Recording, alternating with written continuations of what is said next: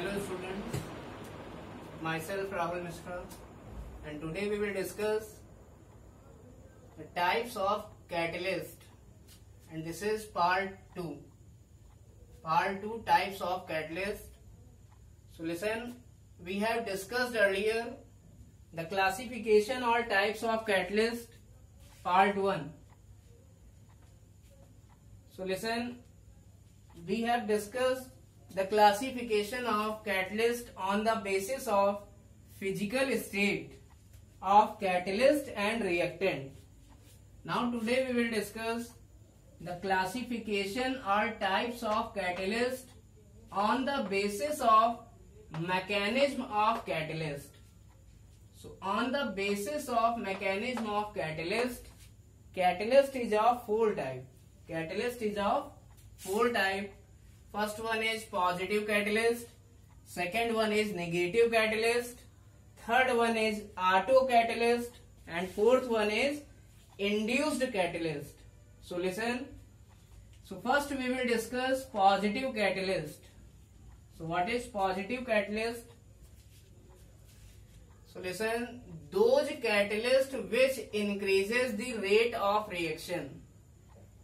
So listen, ऐसे catalyst जो किसी रिएक्शन का रेट बढ़ा देते हैं, then that catalyst are called as positive catalyst. It means ऐसे कैटलिस्ट जो किसी रिएक्शन का रेट या स्पीड बढ़ा देते हैं, तो ऐसे कैटलिस्ट कहलाते हैं पॉजिटिव कैटलिस्ट. और ऐसी रिएक्शन जिनमें पॉजिटिव कैटलिस्ट यूज होता है, उस रिएक्शन को कहते हैं positive catalysis. It means we can understood it from this example. So in these examples there are some reactions. So in the first reaction 2KClO3 gives out 2KCl plus 3O2. So in this reaction MnO2 works as positive catalyst. इस reaction में जो MnO2 है वो इस reaction के rate को या speed को बढ़ा देता है, इसलिए MnO2 पॉजिटिव कैटलिस्ट की तरह वर्क करता है. इस similarly we can say in the second example platinum works as positive catalyst, and in the third example Fe works as positive catalyst. तो decomposition of H2O2 or hydrogen peroxide.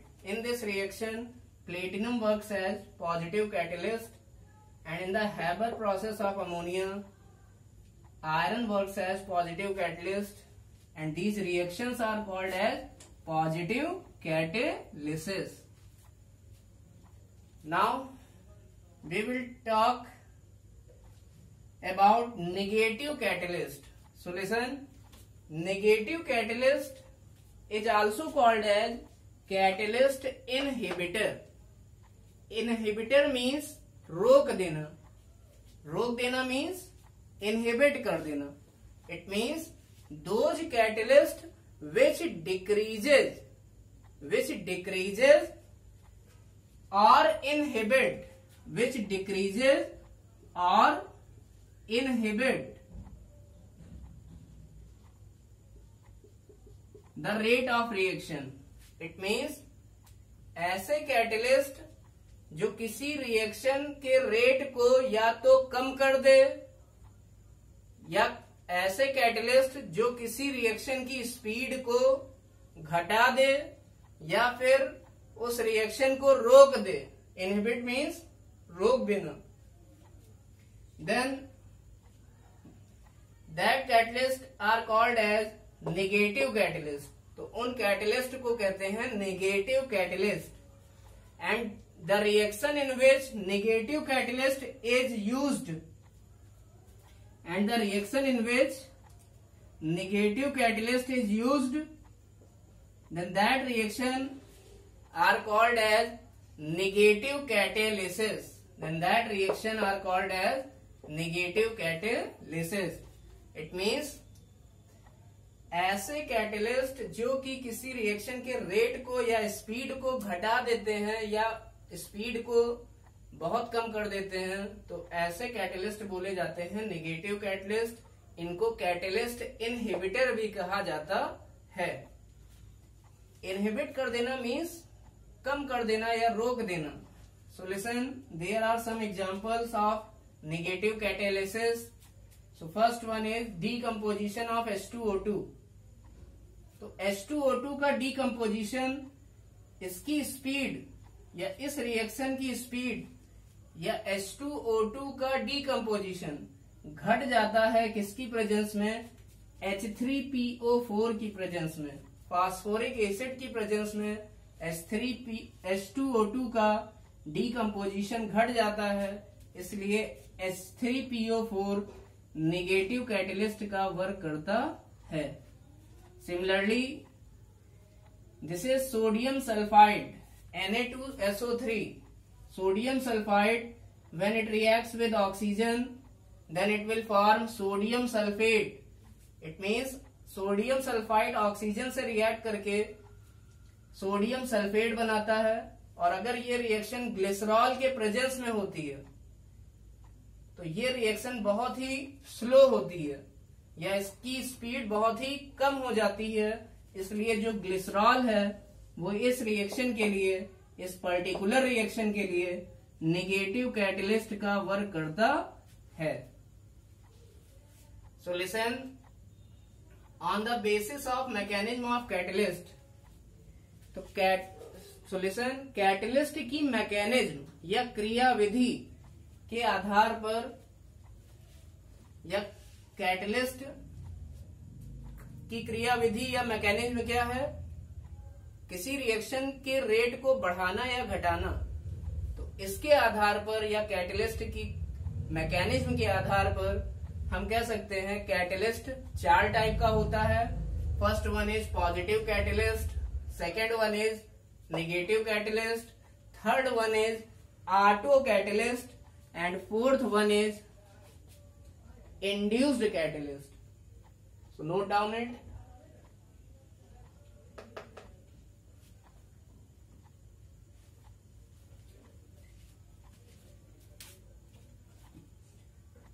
Note down it.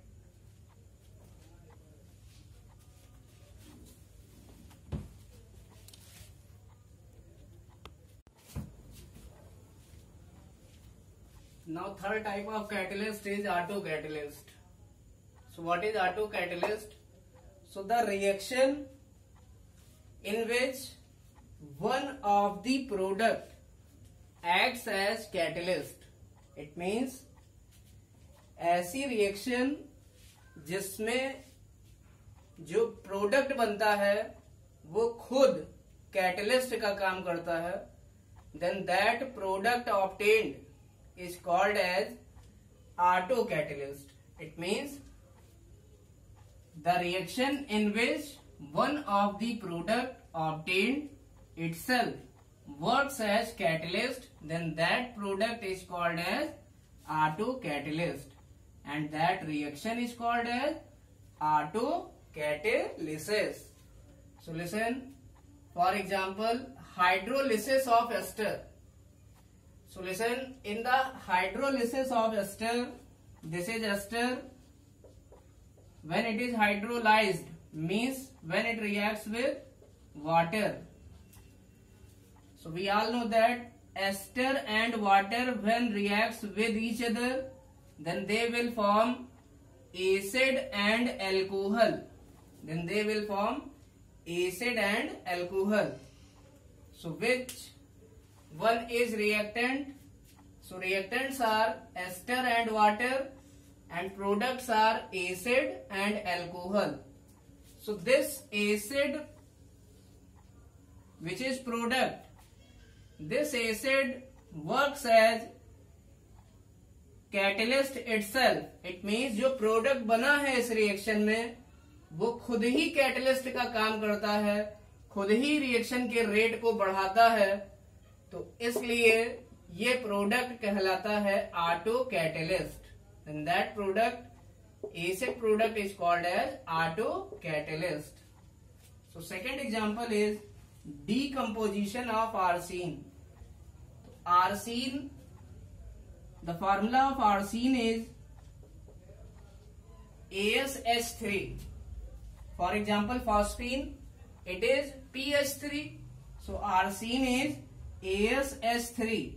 So decomposition of arsine means arsine का टूटना. So when arsine decomposes, then it will form arsenic and hydrogen gas. It means जब arsine का decomposition होता है तो क्या क्या बनता है? arsenic बनता है और हाइड्रोजन गैस बनती है. Then this product, arsenic product itself works as catalyst. तो जो arsenic product बना हुआ है ये खुद ही catalyst का काम करता है.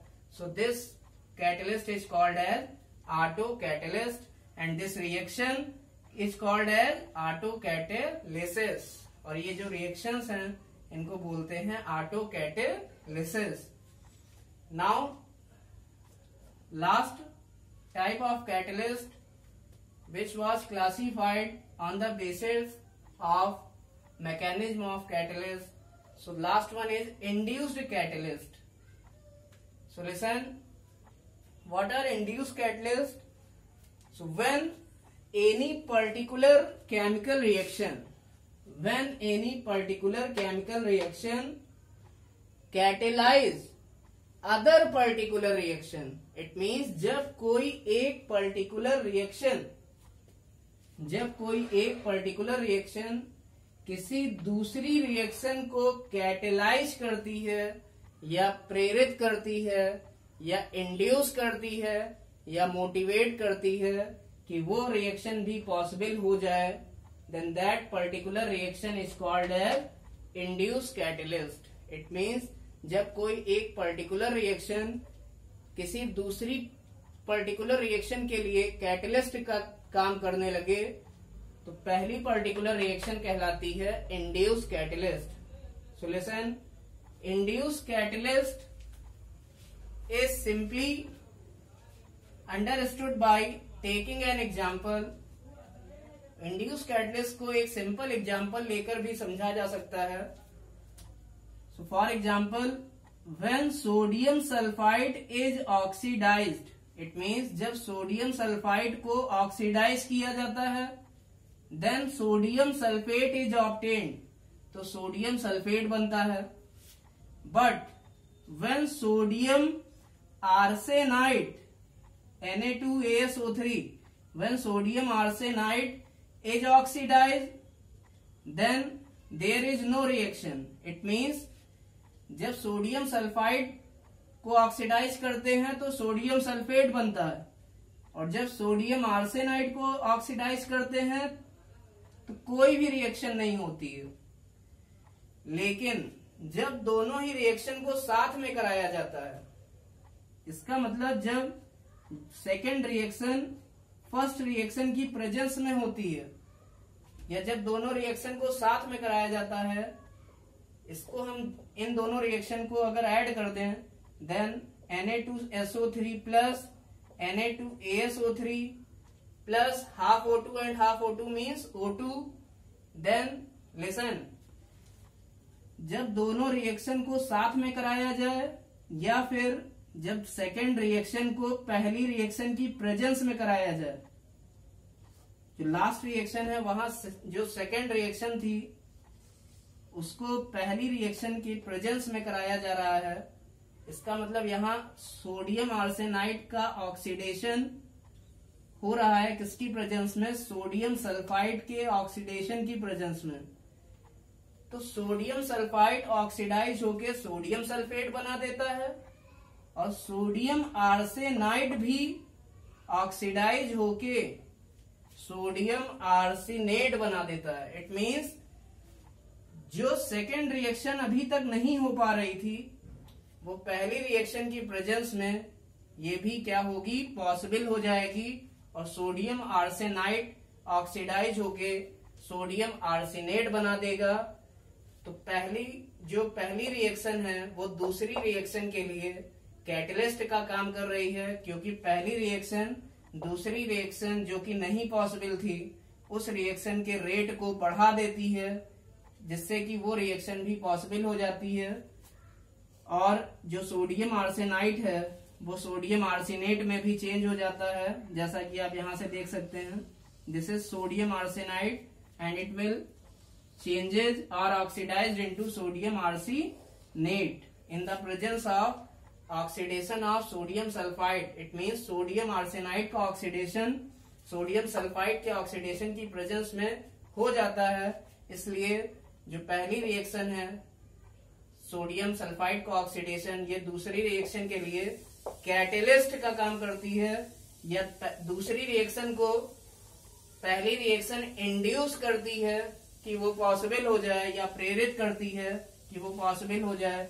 इसलिए पहली रिएक्शन दूसरी रिएक्शन के लिए इंड्यूस कैटेलिस्ट का काम करती है। It means so reaction 1 works as induce catalyst for reaction 2. So note down it.